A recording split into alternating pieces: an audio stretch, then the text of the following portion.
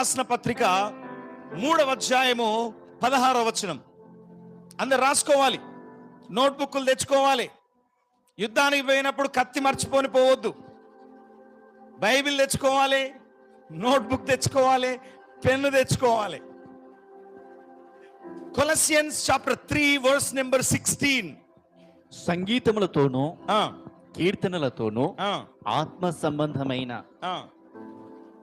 పద్యములతోనూ ఒకనికి ఒకడు బోధించుచు బుద్ధి చెప్పుచు కృపా సహితముగా మీ హృదయములలో దేవుని గూర్చి గానము చేయుచు సమస్త విధములైన జ్ఞానముతో క్రీస్తు వాక్యము మీలో సమృద్ధిగా నివసింపనీయుడి. క్రీస్తు వాక్యము